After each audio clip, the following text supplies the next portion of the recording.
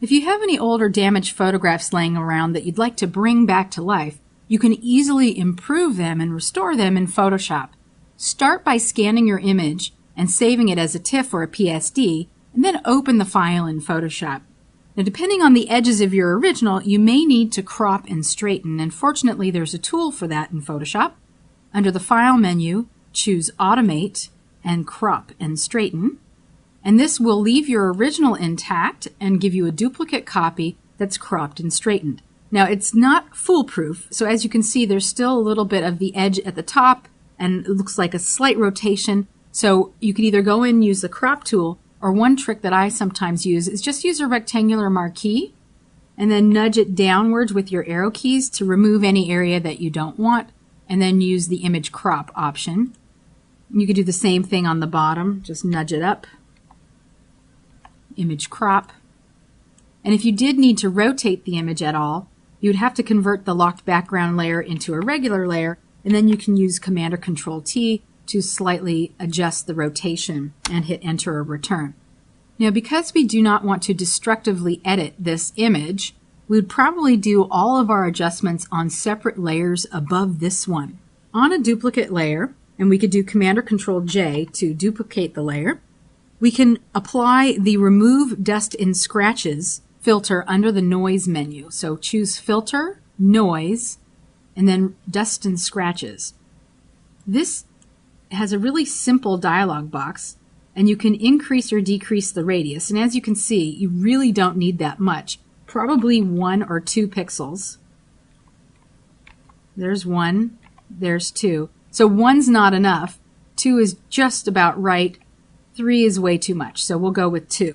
You can also adjust the threshold, and that is sort of the sharpening of the effect, so I'd probably leave it lower because I really want this scratch to go away.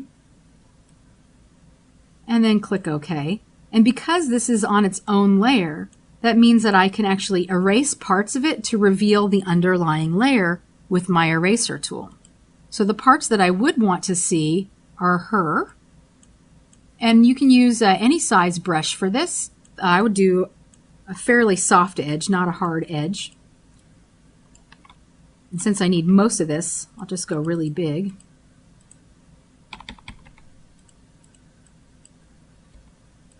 We want to make sure that we see those cards nice and crisp and get all the quality and clarity out of the original image as it was shot. And then you can see that the sharpening and the dust and scratches, the removal of those, just sort of cleans everything up. Now, there are some other anomalies in the image that you could clean up with other tools. So for instance, there's a little scratch right here.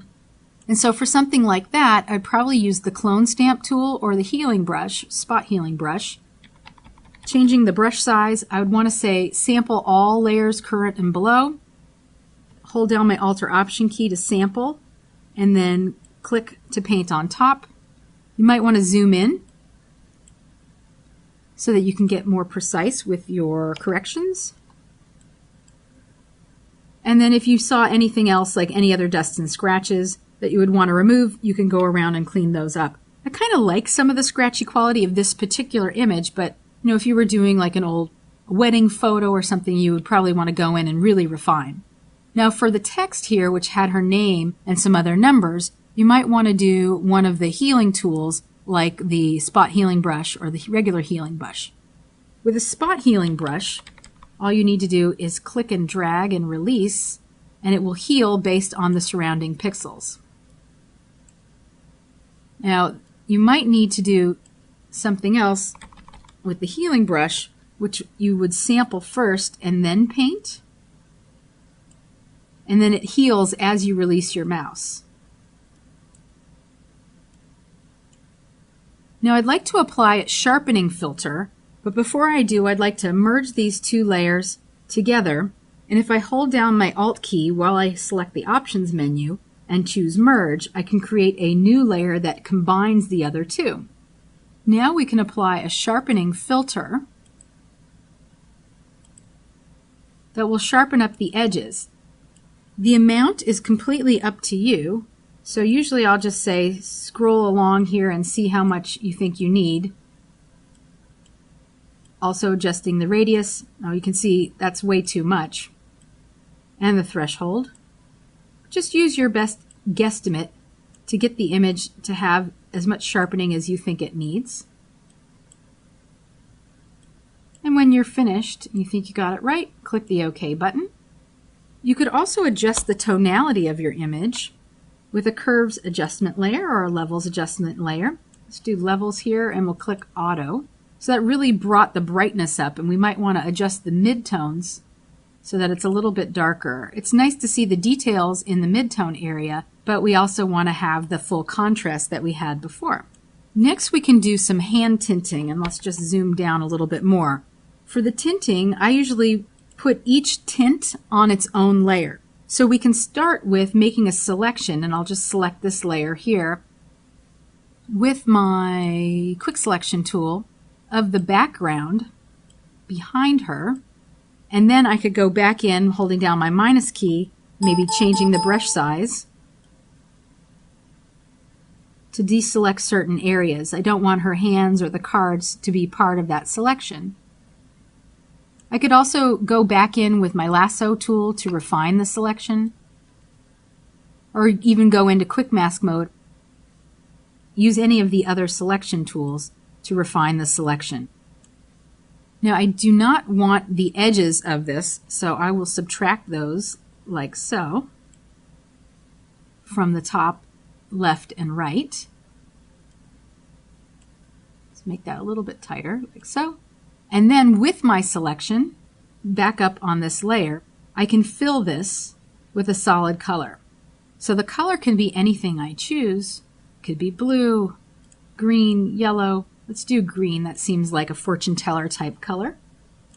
And then I can adjust the blending mode and the opacity. Let's bring our opacity down to 50% and change the blending mode to something like overlay. So it's just a hint of color. We'll create another layer. So we call this one background. And the new layer, we can give her some rosy cheeks. You'll choose a color that you'd like to paint with. Grab your brush tool and increase or decrease the size of the brush.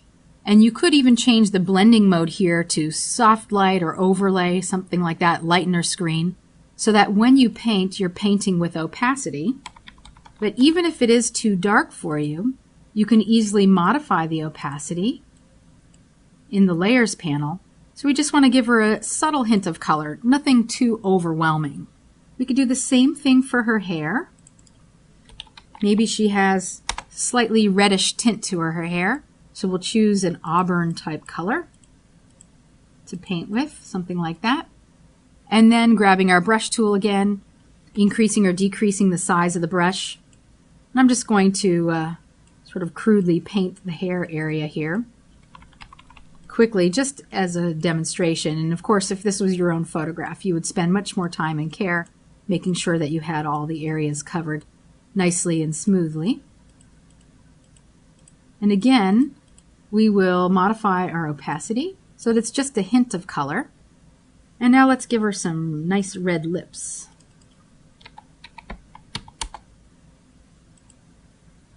About a deep red.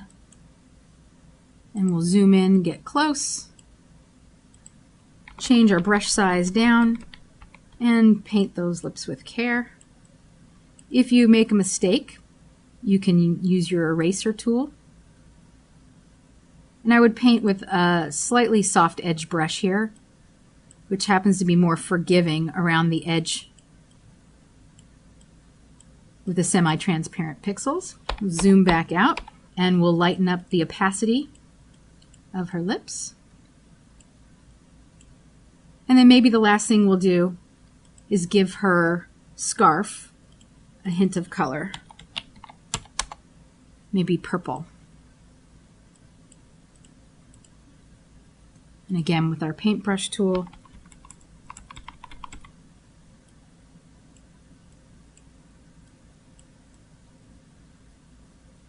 like so, and adjusting our opacity and or the blending mode.